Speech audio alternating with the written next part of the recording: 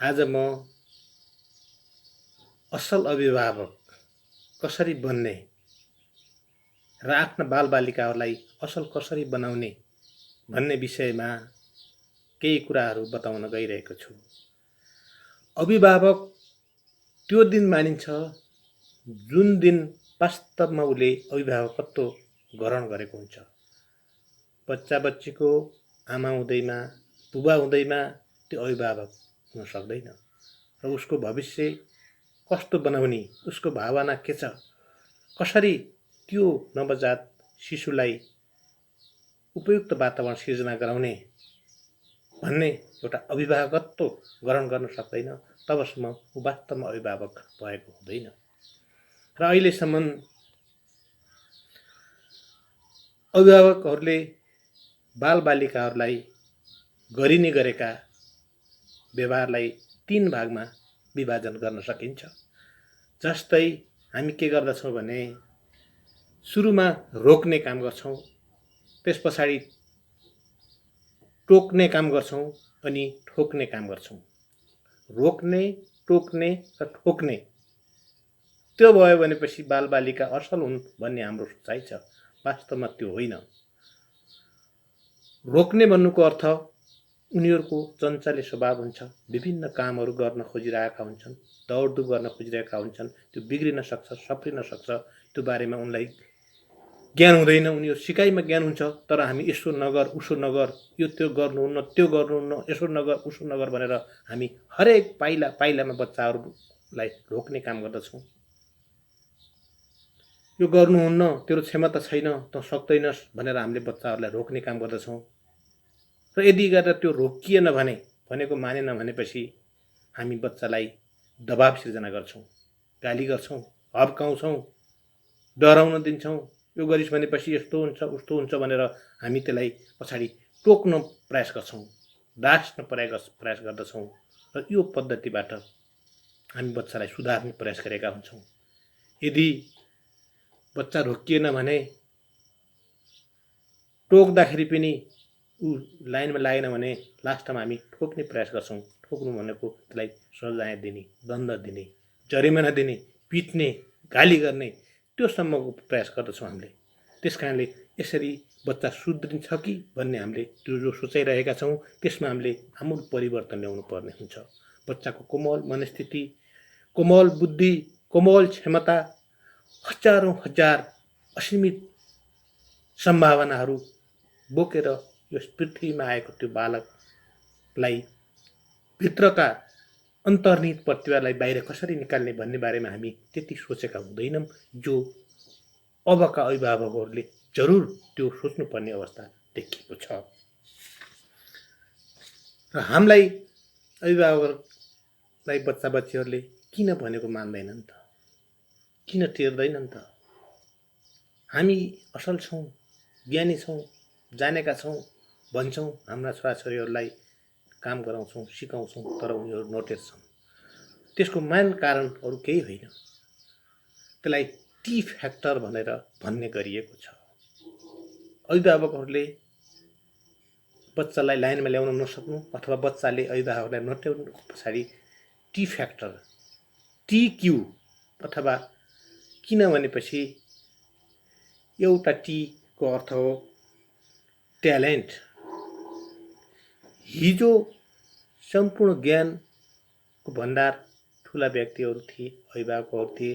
उनका नैतिकताका कुराहरू, शिक्षाका कुराहरू, विचारका कुराहरू, आचरणका कुराहरू, साक्षरताका कुराहरू सम्पूर्ण अभिभावकहरूले नयाँ पुस्ताहरूलाई हस्तान्तरण गर्ने एउटा मात्रै बाटो थियो।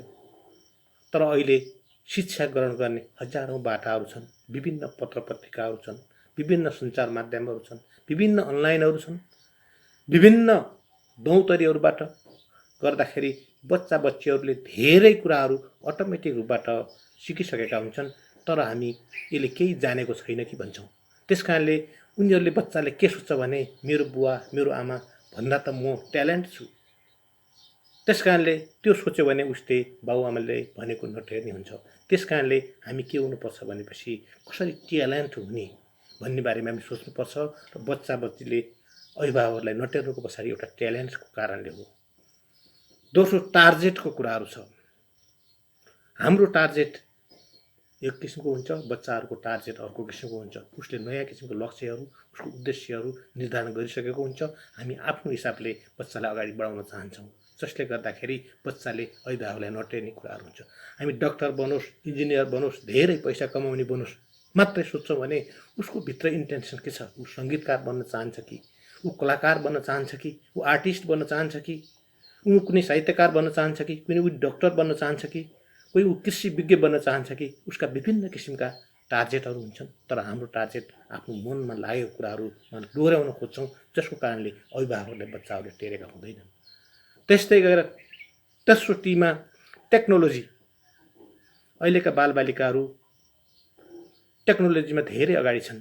मोबाइलका कुराहरू, कम्प्युटरका कुराहरू, त्यहाँभित्र के फङ्सन छन्, के प्रक्रियाहरू छन्, हामी अभिभावकहरूभन्दा बच्चाहरू धेरै धेरै अगाडि हुन्छन्। उनीहरूले देख्यो कि सिकिहाल्छन्। उनीहरूको दिमाग पनि तेज हुन्छ, छिटो सिक्ने क्षमता हुन्छ। त्यस कारणले प्रवृत्तिमा पनि विद्यार्थीहरू, बालबालिकाहरू, छोराछोरीहरू, नानी बाबुहरू धेरै अगाडि हुन्छन्, जसको कारणले अभिभावकलाई टेर्दैनन्। त्यस कारणले अहिलेको अभिभावक बच्चाबच्चीहरूलाई रोक्ने, टोक्ने, ठोक्ने पद्धतिभन्दा बाहिर निस्किनुपर्ने हुन्छ। एक दोस्रो, बच्चाबच्चीहरूको ट्यालेन्ट, टार्गेट अनि टेक्नोलोजीको नलेजलाई पनि हामीले मध्यनजर राखेर व्यवहार गर्नुपर्ने अवस्था हुन्छ। त्यस्तै गएर अब कसरी जाने त भन्ने बारेमा बच्चाबच्चीहरूको हामीले मनोभावना पनि बुझ्नुपर्ने हुन्छ। सामान्यतया केटाकेटीहरूको चाइल्ड साइकोलोजी, बाल मनोविज्ञानलाई मध्यनजर राख्दाखेरि यसलाई हामीले 3 किसिमको मनस्थिति हुन्छ। त्यो मनस्थिति बुझ्यौँ भने र त्यो अनुसार व्यवहार गऱ्यौँ भनेपछि हाम्रा बालबालिकाहरूले हामीले सोचेअनुसार एउटा अभिभावकत्व ग्रहण गर्न सक्दछौँ। त्यो मनस्थिति, त्यो चाइल्ड माइन्डलाई हामीले 3 भागमा बाँडेका छौँ। जस्तै पहिलो भागमा चाइल्ड स्टेट अफ माइन्ड, बच्चाको जस्तै दिमाग, बच्चाको जस्तै व्यवहार गराउनुपर्छ। यसलाई पनि हामीले अझ 3 भागमा विभाजन गरिएको छ। जस्तै free child state of mind. Free child state of mind भएको बालबालिका कस्तो हुन्छ भने उसलाई स्वतन्त्रता, कसैको हस्तक्षेप बिना आफ्नै तरिकाबाट सिक्ने खोज्छन् उनीहरू। हामी हस्तक्षेप गर्छौँ, यो नगर, ऊ नगर गर्छौँ, त्यो गर्नु हुँदैन। उसलाई स्वाभाविक हिसाबले सिक्ने वातावरण सिर्जना गराइदियौँ भनेपछि ऊ अवश्य सिक्छ। उसलाई माया दिने, उसलाई हौसला दिने, उसको स्वाभाविक हिसाबले, फ्री हिसाबले, उसलाई कुनै दबाब र बाध्यात्मक हिसाबले नपारेर हामीले सिकाउने प्रयास गर्दछौँ। त्यस कारण यसलाई free child state of mind भनेर हामीले व्याख्या गर्न सक्छौँ। अर्को केही किसिमका बच्चाहरू अलिक फरक स्वभावका हुन्छन्, जसलाई हामीले revolt child state of mind, अलिक विद्रोही स्वभावका। केही हस्तक्षेप गर्दा सायद म यो गर्दिनँ, यता भनेपछि उता जाने एउटा नकारात्मक प्रवृत्ति अथवा बच्चाहरूमा एउटा जिद्दीपन, विद्रोही भावना, म यो गर्न सक्छु, त्यसलाई बाधा व्यवधान गरेपछि झगडा गर्ने, त्यस्तो सोचाइ भएका बालबालिकाहरू हुन्छन् भने त्यस्ता बालबालिकाहरूलाई हामी अभिभावकले आफू साथी बनेर, उसको दौतरी बनेर, उसको जिद्दीपन, घमण्ड गर्नेलाई निरुत्साहित गरेर ठोकेर होइन, टोकेर होइन, यातना दिएर होइन, पीडा दिएर होइन, उसको साथी बनेर उसको दौतरीको रोल प्ले गरेर उसलाई फ्री चाइल्ड माइन्डमा कन्भर्ट गराएर उसलाई हौसला दिएँ भनेपछि उसले अवश्य अगाडि बढेर काम गर्न सक्छ। यिनी कुराहरू छन्। यस्तै गरेर adapt child state of mind. Adapt child state of mind भन्नाले के बुझिन्छ भने अधिकांश बच्चाहरू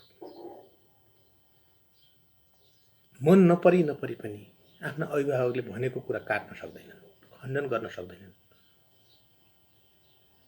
जे भने पनि काम गर्ने, तर भित्र आत्मा खुसी हुँदैन।